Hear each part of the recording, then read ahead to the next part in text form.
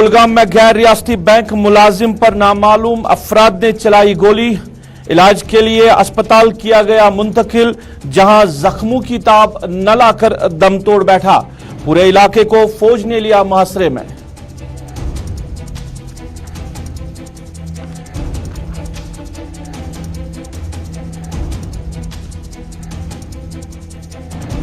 शोपियां के सिडू इलाके में प्राइवेट गाड़ी में हुआ जोरदार धमाका। 15 गढ़वाल रेजिमेंट के 3 फौजी एहलकार जख्मी। मामले को लेकर पुलिस ने तहकीकात की शुरू।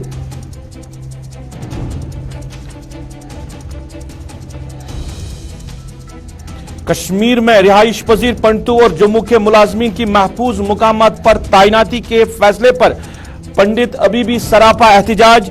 ड्यूटियों पर न जाने का लिया गया फैसला।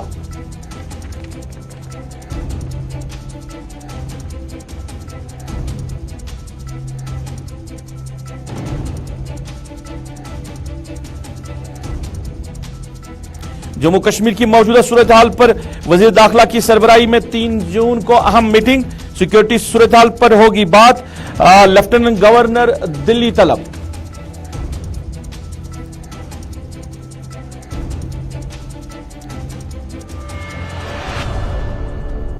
अस्सलाम वालेकुम नाज़रीन, आप गुलिस्तान के श्रीनगर स्टूडियो से बराह रास्त उर्दू खबरनामा देख रहे हैं अपने मेजबान सईद रूफ फारूकी के साथ।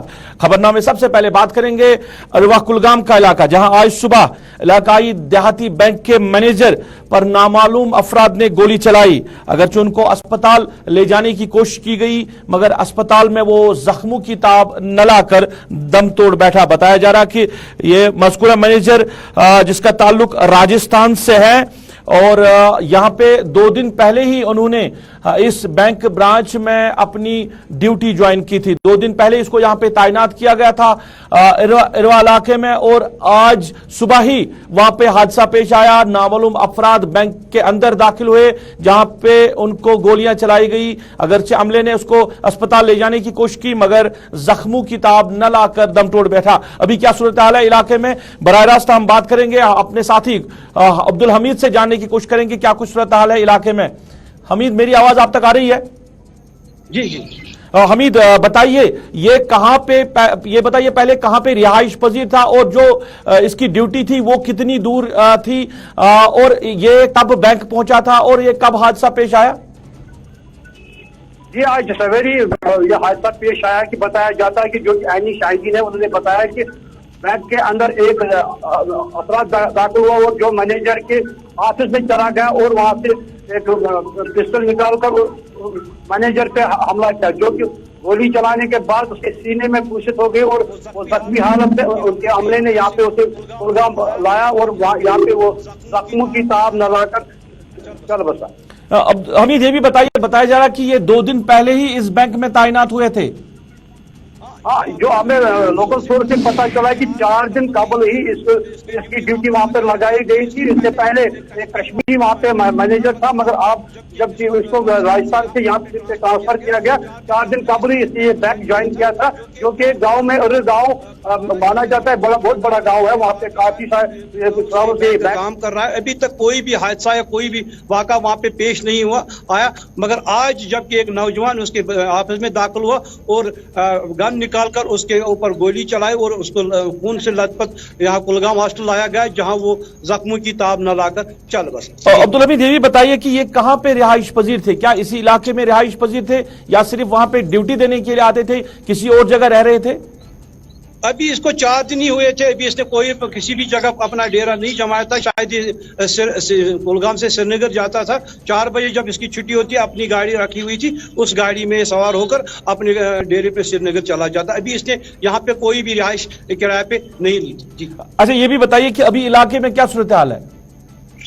इलाके को पूरी तरह से कार्डन में लिया गया है। वहाँ पे फौज और पुलिस सारे वहाँ पे मौके वारदात पर पहुंच गए और पूरे इलाके को घेरे में ले रखा है। जी, चलिए, बहुत बहुत शुक्रिया तफसीलात देने के लिए। कुलगाम का इलाका, जहां पे इलाकाई देहाती बैंक के मैनेजर पे नामालूम अफराद ने गोली चलाई है, उसको जख्मी हालत में अगरचे अस्पताल ले जाया गया, जहां पे वो जख्मों की ताब न लाकर दम तोड़ बैठा। बताया जा रहा है कि मज़कूरा बैंक मैनेजर का ताल्लुक राजस्थान से है और कुछ दिन पहले ही उन्होंने इस बैंक ब्रांच में अपनी मुलाजमत शुरू की थी, वहां का चार्ज लिया था, और आज सुबह एक शख्स उसके कैबिन में आके जहां पे नजदीकी से उन पे गोलियां चलाई, जिसकी वजह से वो शदीद जख्मी हुआ। इलाके को फौज, पुलिस और बाकी सिक्योरिटी एजेंसी ने मुहसरे में लिया। अभी सूरत हाल ये है इलाके में कि पूरी तरह इस इलाके को मुहसरे में लिया गया है, अगरचे मज़कूरा जो बैंक मैनेजर की अभी जो डेड बॉडी है वो अस्पताल में ही अभी है।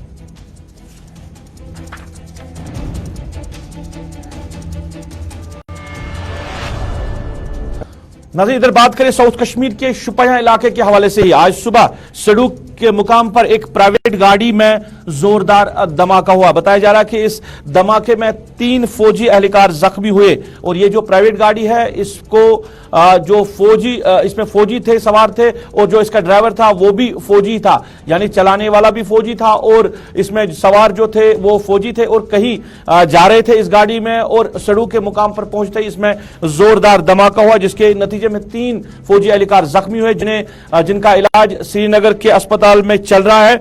और इस मामले को लेकर अभी पुलिस ने तहकीकात शुरू की है। यह धमाका कैसे हुआ, क्या धमाका ही था या कोई और चीज हो सकती है इसमें, तो इसको लेकर पुलिस ने तहकीकात शुरू की। अभी क्या सूरत हाल है, पुलिस की तहकीकात कहां पहुंची है, इस पे हम बात करेंगे। हमारे साथी इरशाद अहमद बराह रास्त हमारे साथ जुड़े हैं। इरशाद, खैर मकदम है आपका।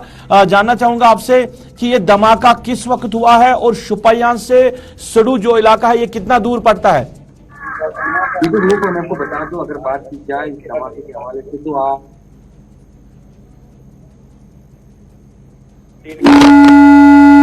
चलिए, राब्ता मुनक़ता हुआ। इरशाद के साथ दोबारा राब्ता कायम करने की कोशिश करेंगे और जानना चाहेंगे अभी क्या सूरत हाल है सिडू इलाके में, क्योंकि गाड़ी में, एक प्राइवेट गाड़ी में जोरदार धमाका हुआ है जिसके नतीजे में 3 फौजी एहलकार जख्मी हुए हैं। जख्मियों का इलाज अस्पताल में चल रहा है, मगर पुलिस ने इस मामले को लेकर तहकीकात शुरू की है। आईजीपी कश्मीर के मुताबिक इस धमाके की क्या वजह है इसको जांचा जा रहा है, इसको परखा जा रहा है। क्या इस गाड़ी में ही कुछ मवाद था या जो फौजी एहलकार इसमें थे क्या उनके साथ जो सामान था उसमें कुछ एक्सप्लोजन हुआ है। सारे जावियों को देखा जा रहा है, सारे मामलात को जांचा जा रहा है कि किस तरह यह धमाका हुआ, क्योंकि आज सुबह बताया जा रहा है कि 5 बजे के करीब ये जो गाड़ी है इसको वहां से लेके गए थे और जो ही सड़ू के मुकाम पर पहुंचे तो इस गाड़ी में जोरदार धमाका हुआ इस गाड़ी में, और इसके नतीजे में 3 जो फौजी एहलकार जख्मी हुए हैं और बताया जा रहा है कि उनका इलाज चल रहा है। 15 गढ़वाल रेजिमेंट के 3 फौजी एहलकार इसमें जख्मी हुए हैं। हर एक मामले की अभी तहकीकात हो रही है। पुलिस के बयान के मुताबिक आईजीपी कश्मीर ने कहा कि हर एक चीज को देखा जा रहा है, हर एक जावे को जांचा परखा जा रहा है कि किस तरह ये गाड़ी में ये धमाका हुआ। क्या इसमें पहले ही रखा गया था या इसमें जो फौजी हैं, उन्हीं जो फौजी सवार थे उनके पास जो असला था उन्हीं में से कुछ हुआ है। हर एक चीज को देखा जा रहा है। इरशाद से हम राब्ता कायम करने की कोशिश करेंगे और उनसे ही हम सूरत हाल जानने की कोशिश करेंगे कि क्या कुछ अभी वहां इलाके में सूरत हाल है, क्योंकि उसके बाद ही बताया जा रहा था कि जो इलाका है वहां पे जबरदस्त सिक्योरिटी को तैनात किया गया था इलाके में। तो जख्मियों की क्या कुछ हालत है ये भी हम जानने की कोशिश करेंगे अपने साथी से। क्या जख्मी स्टेबल है, क्योंकि जोरदार धमाका हुआ। बताया जा रहा है कि धमाके की जो आवाज थी वो बहुत ज्यादा थी। इरशाद से हम राब्ता कायम करने की कोशिश करेंगे और उनसे ही सूरत हाल जानने की कोशिश करेंगे क्या कुछ अभी सूरत हाल है इलाके में।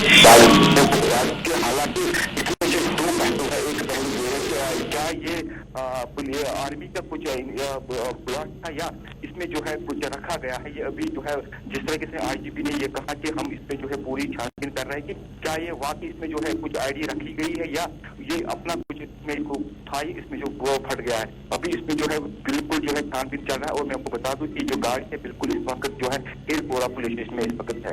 जी हाँ इरशाद, ये भी बताइए कि इलाके में क्या सूरत हाल है, क्या इलाके में मुहसरा चलाया गया है जहां पे ये धमाका हुआ है और जख्मियों की क्या हालत बताई जा रही है?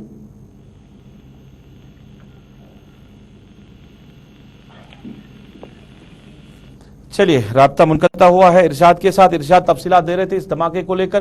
पुलिस ने तहकीकात शुरू की है और अभी जांचा जा रहा है मामले को कि इस गाड़ी में क्या कोई मवाद पहले से ही रखा गया था या जो फौजी इसमें सवार थे उन्हीं के पास जो असला था उनमें से कुछ जो है फटा है। ये सारी चीजें देखा जा रहा है या कहीं पे आईईडी को मत रखा गया था। ये सारी चीजें जो है इस मामले को लेकर देखी जा रही है, जिसके लिए पुलिस ने तहकीकात शुरू की है।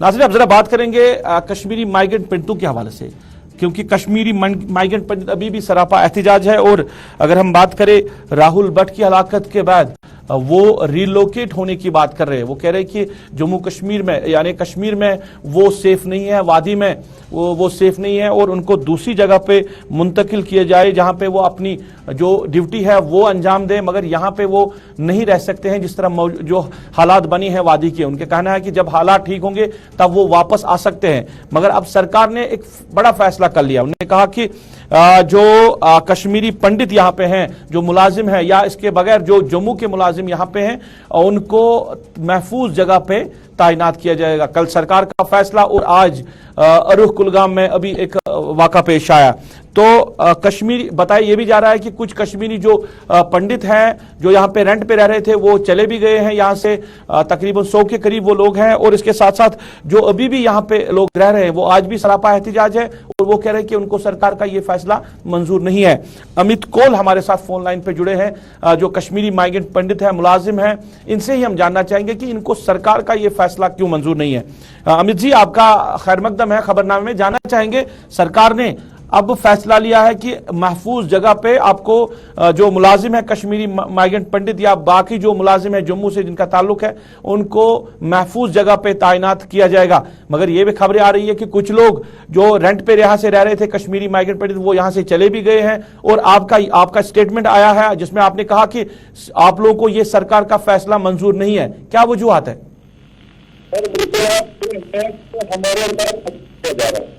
मुझे बताइए कि कश्मीर में कौन सी जगह ऐसी है जो सेफ है?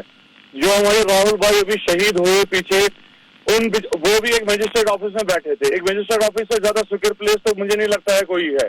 जब उनको मजिस्ट्रेट ऑफिस में जाके मार दिया गया तो आप कैसे कह सकते हैं कि कश्मीर में हम लोगों को आप सेफ प्लेसेस दे सकते हैं? यहाँ कोई यहाँ पे कोई भी प्लेस सेफ नहीं है। In Kashmir no place is safe for minority. Hello जी जी, आवाज आ रही है आपको? हाँ बोलिए जी। आप कह रहे हैं कि वो आप यहाँ पे महफूज नहीं है और जिस तरह किलिंग हुई है क्योंकि राहुल भट्ट को ऑफिस में जाके जो है गोली मारी गई है तो आप महफूज नहीं है। अब जो सरकार के बीच में और आप लोगों के बीच में ये जो चल रहा है, क्योंकि सरकार तो रिलोकेट करने के हक में नहीं है और आप कह रहे हैं कि आप यहाँ पे अपनी ड्यूटी जो है वो अंजाम नहीं दे सकते हैं, तो ये मामला जो है कब खत्म होगा? क्योंकि सरकार जो भी बात कह रही है तो आपने उस सारी बातों को नकारा है। सर, हमने सरकार को ये कि हमें बचाइए, यहाँ से हमारी जिंदगियों को बचाइए, लेकिन हमारी जिंदगियों के ऊपर ये हमें ये आश्वासन दे रहे हैं कि हम आपकी ट्रांसफर कर देंगे, हम आपकी प्रमोशन कर देंगे, हम आपकी बाकी चीजें सहूलियातें दे देंगे। लेकिन हमें सहूलियत नहीं चाहिए सर, हमें अभी अपनी जान चाहिए। यहाँ पे हमें अभी जानें बचानी है। जब जान बचेगी तभी तो हमें ये चीजें काम आएंगी। हमने इनको ये गुहार लगाई थी, आप लोग हमें 1.5 से 2 साल का ब्रीदिंग पीरियड दीजिए। आप हमें जम्मू रीजन में, कश्मीर से जम्मू रीजन कर दीजिए सेफर प्लेसेस। हम हमेशा के लिए नहीं बोल रहे हैं कि आप हमें हमेशा के लिए जम्मू भेज दीजिए। हम बोल रहे हैं कि जब तक कि हालात यहाँ सही नहीं हो जाते हैं तब तक हमें यहाँ पे बैठने, तब तक हमें जम्मू जाने की इजाजत दीजिए। वहाँ पे अब हमें नौकरी करने की इजाजत दीजिए सेफर प्लेसेस में। कश्मीर में कोई प्लेस हमारे लिए सेफ नहीं है आज की डेट में। अभी आपको पता है, इंसिडेंट देखा आपने कुलगाम में, वो भी माइनॉरिटी था, उसको भी मारा गया है। तो अभी आप मुझे बताइए कि कौन सी जगह सेफ है यहाँ पे?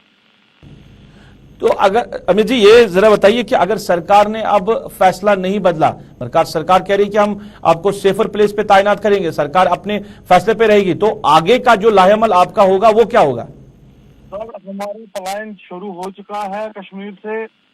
बहुत जगहों से जो ट्रांजिट कैंपों से भी लोग निकल चुके हैं। हमारे रेंटेड अकोमोडेशन से भी 50% लोग निकल चुके हैं। और जैसे 1990 में एक दिन का मसला नहीं होता कि एक दिन में सब लोग निकल जाएं।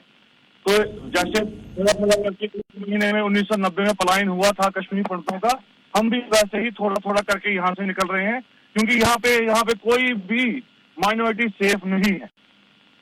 अमित जी, अगर सरकार के फैसले के बावजूद भी आप खुद ही निकल गए तो सरकार कार्रवाई कर सकती है, आपको नौकरियों से बर्खास्त भी किया जा सकता है। देखिए, वो तो सरकार तक है, अगर वो हमारी जानें नहीं बचा सके तो हमें नौकरियों को क्या करना है। जब हम जी जी जी जी जी जब हम ही उस नौकरी का और उस तनख्वाह का हम क्या करेंगे जब हम ही नहीं रहेंगे? तो हमारे घर वालों के क्या हमारे लाशें देंगे वो लोग? चलिए, बहुत बहुत शुक्रिया अमित जी बात करने के लिए। अमित कोल कश्मीरी माइग्रेंट पंडित बात कर रहे थे और उनका कहना है कि सरकार ने जो फैसला लिया है सेफर प्लेसेस पे तैनात करने का, वो उनको मंजूर नहीं है, क्योंकि कश्मीर की कौन सी जगह है जो सेफ है, जहां पे उनको खतरा लाहक नहीं हो सकता है। उनका कहना है कि हर एक सरकारी दफ्तर अब कहीं भी सेफ नहीं लग रहा है। उनका कहना है कि यहां से कुछ जो कश्मीरी पंडित हैं जो रेंट बेस पे रह रहे थे, वो तो पहले ही अब यहां से निकल चुके हैं और यहां से कश्मीरी पंडितों के निकलने का सिलसिला भी अब शुरू हो चुका है।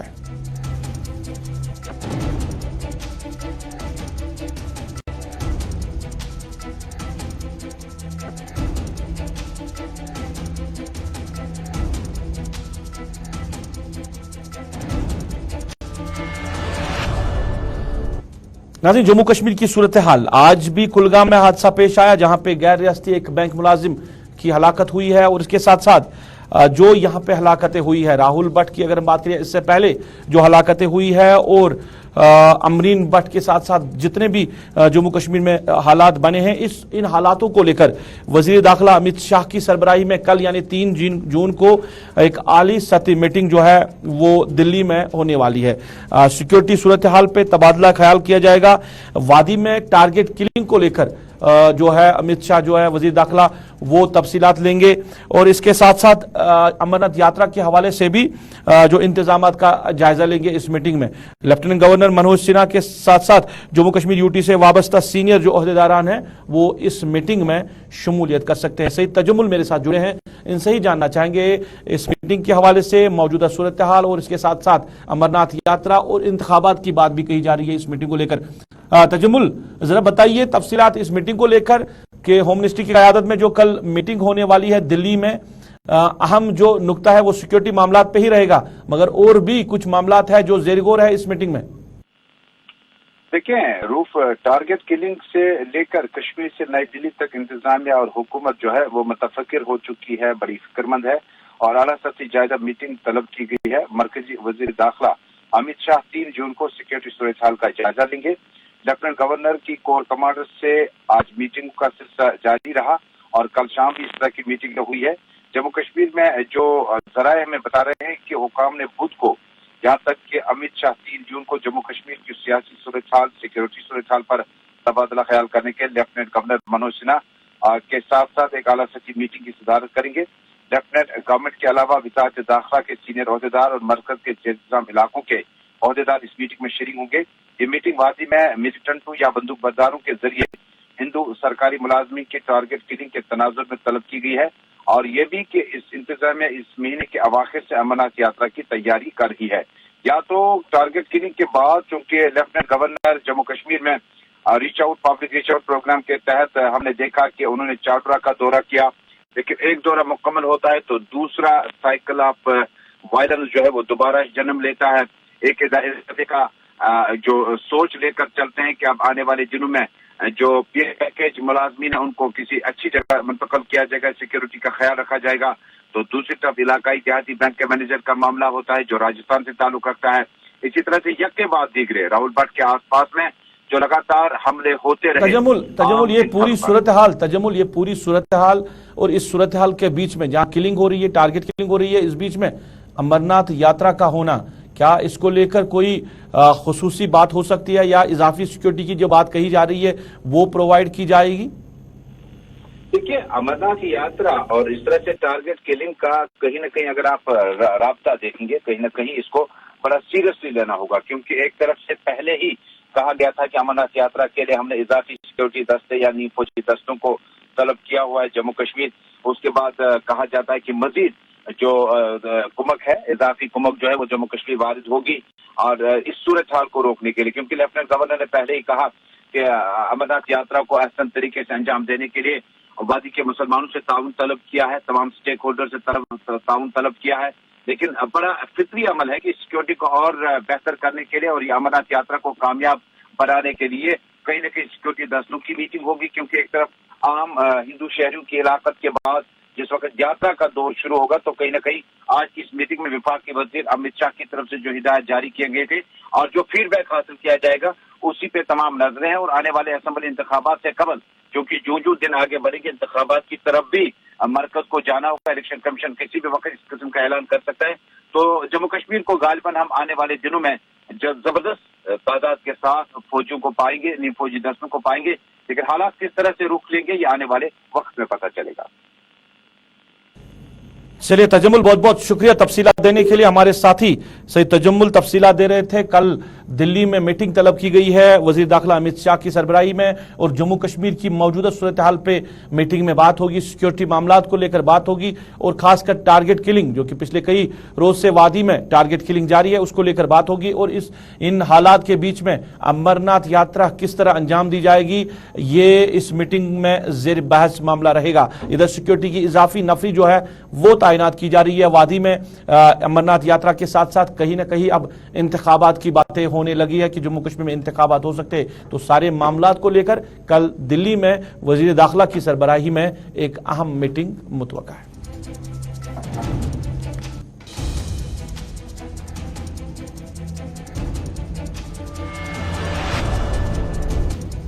चलिए नाज़रीन, इसके साथ ही अभी तक के उर्दू खबरनामे से अपने मेजबान को इस वादे के साथ दीजिए इजाजत। आप अपना ख्याल रखेंगे, हमें अपनी नेक दुआओं में याद रखेंगे। अल्लाह आपका हमारा सबका हाफिज़ नासिर।